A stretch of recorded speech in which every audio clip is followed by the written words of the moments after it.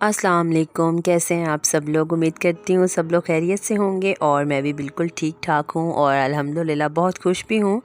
और अच्छा, तो हमारा तो उम्रे के पे जाने का सफ़र स्टार्ट हुआ और हम लोग कलर कहार आए हैं। रात को आग के पास बैठे हैं, बहुत सर्दी है।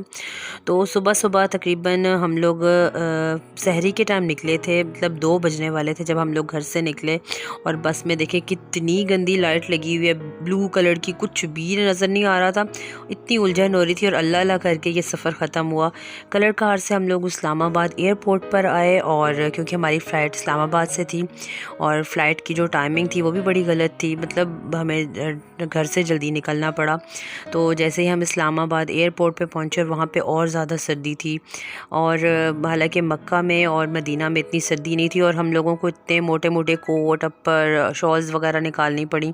और ये जो थे कोट जो थे ना, इन्होंने पूरा एक बैग लिया हुआ था, और कोट्स वगैरह ने, कोट्स और शॉल ने पूरा बैग लिया हुआ था और बहुत सर्दी लग रही थी। फिर हम इस्लामाबाद एयरपोर्ट पे उतरे, सामान वगैरह उठाया और बोर्डिंग पास वगैरह करवाई। और तकरीबन जब हम लोग इस्लामाबाद एयरपोर्ट पे पहुंचे थे तो तब भी अंधेरा था और उस वक्त 4 बज रहे थे, और बहुत जल्दी से बोर्डिंग पास हो गई थी। और हम लोग काफ़ी देर एयरपोर्ट पे इंतज़ार करते रहे कि प्लेन आए और फिर वो टाइम हो और हम लोग जाएं, क्योंकि ये एक ऐसा टाइम होता है कि हम कहते हैं कि बस आंख बंद करें और जल्दी से पहुंच जाएं, सफ़र तो हो ही ना बीच में।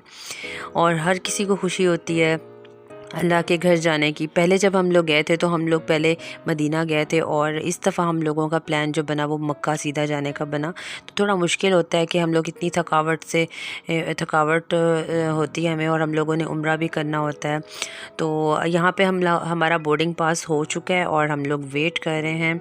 और अल्हम्दुलिल्लाह हमने एहराम वगैरह भी बांध लिए थे, और बच्चियों ने, मैंने। और देखिए अब थोड़ी थोड़ी सी रोशनी हो रही है और बहुत ज़्यादा सर्दी भी थी। और प्लेन हमारा जो था वो हमने समझा ये है, लेकिन ये नहीं था, वो बाद में आया था। लेकिन हमारी सरीन एयरलाइन थी और ये भी सरीन ही था। तो उसके बाद हम लोग बस वेट करते रहे, बच्चे और मैं, कि किसी तरह बस ये टाइम गुजर जाए। और मैंने अभी एहराम नहीं बांधा था, बच्चों ने जो था वो बांध लिया था, क्योंकि एहराम की पाबंदी होती है और बच्चों को भी देखना होता है, इसलिए। तो मैंने कहा कि मैं जाने से आधा घंटा 1 घंटा पहले बांधूंगी, लेकिन बाकी लोग देखिए आहिस्ता आहिस्ता जो है एहराम बांध के आ रहे हैं। तो बस अब हमारा टाइम हो गया था जाने का, और फिर मैंने भी बांध लिया एहराम।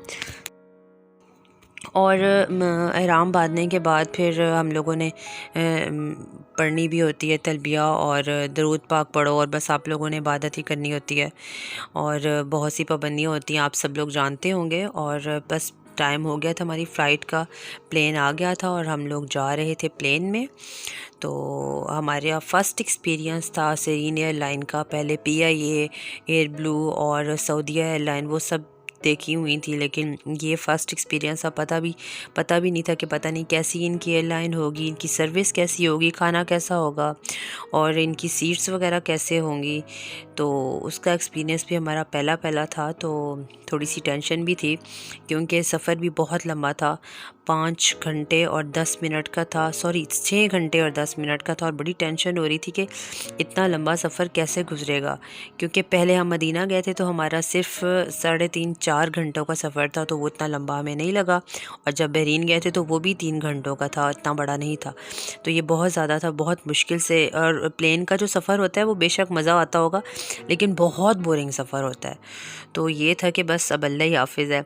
और मुझे ये सीन बहुत अच्छा लगता है। मैं अक्सर विंडो के साथ, बोर्डिंग पास जब होता है तो मैं बोलती हूँ प्लीज़ मुझे विंडो सीट दीजिएगा, क्योंकि मुझे जब प्लेन नीचे से एकदम स्पीड पकड़ के ऊपर को जाता है ना, तो ये मैं पूरा व्यू लेकर आती हूँ, पूरी इसकी वीडियो बनाती हूँ, मुझे बहुत अच्छा लगता है।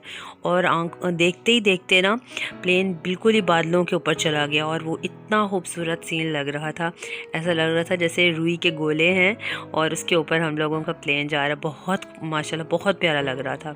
अल्लाह ताला की कुदरत बहुत खूबसूरत है। और बस अब हम लोग थोड़ी देर बैठे रहे। उसके बाद उन्होंने पानी वगैरह पूछा, खाना खाया हमने, और फिर हमारा इंतज़ार शुरू हो गया।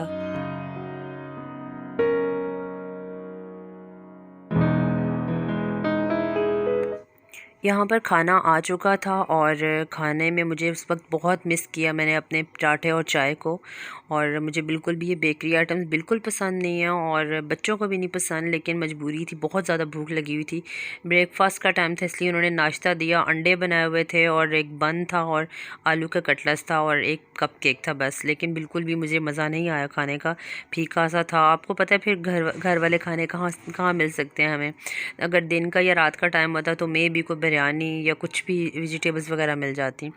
तो बस फिर चाय आई तो फिर चाय पी और फिर थोड़ा सा सुकून आया कि ये लगा कि घर का नाश्ता से मिलता जुलता है।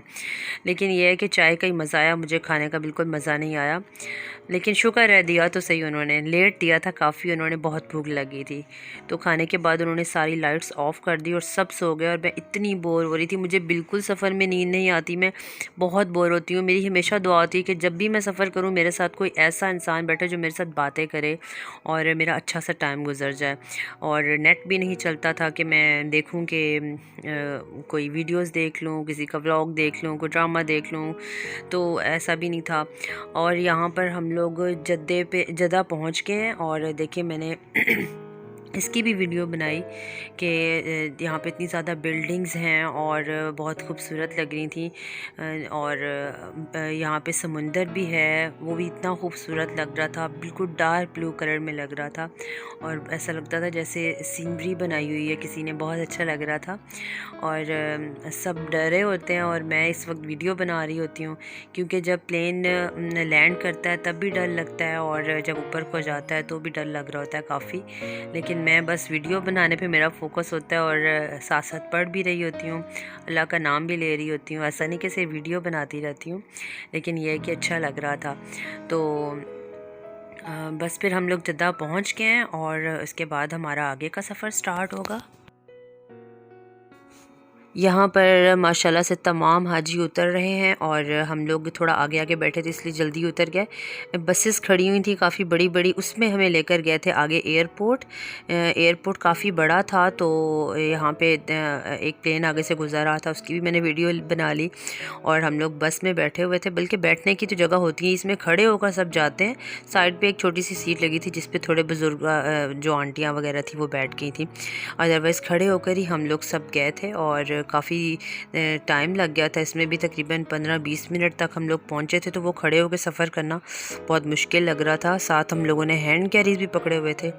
तो मोस्टली ऐसा ही वहाँ पे करते हैं, जद्दा एयरपोर्ट पे हाजियों को प्लेन से उतर के तो इस पे लेकर जाते हैं। तो हम लोगों ने एंट्री वगैरह करवाई और स्टैंप्स लगी और फिर हम लोग सारा सामान कलेक्ट किया और हम लोग बाहर आ गए। यहाँ पर इतनी ज़्यादा बसेस थी, हमें नहीं पता था कि हमने किस बस में जाना है और ये भी इतनी तेज़ धूप थी कि खड़ा होना भी मुश्किल हो रहा था हमारे लिए। और बस हम लोगों ने फिर वेट किया और शुक्र अल्लाह का कि बस आई और बस से आगे हमने 2 घंटे में फिर मक्का जाना था। फिर हम लोग बस में बैठे और मक्का गए, वहाँ पे कज़न था मेरा, वो खाना वगैरह दे गया था, शुक्र है उसका, बहुत बहुत थैंक्स है मेरे कज़न का कि उसने खाना दिया। क्योंकि वहाँ पे हमें कुछ समझ नहीं आ रही थी एयरपोर्ट से हम क्या खाना लें क्या ना लें, तो बच्चों ने और मैंने खा लिया था थोड़ा सा। और 2 घंटे का सफ़र था, फिर हम लोग आगे गए। और आँखों को जिसका इंतज़ार था, अल्हम्दुलिल्लाह हमें टावर नज़र आया तो हमारे दिल को सुकून आया कि हम लोग मक्का में पहुंच गए हैं और बहुत करीब पहुंच गए हैं।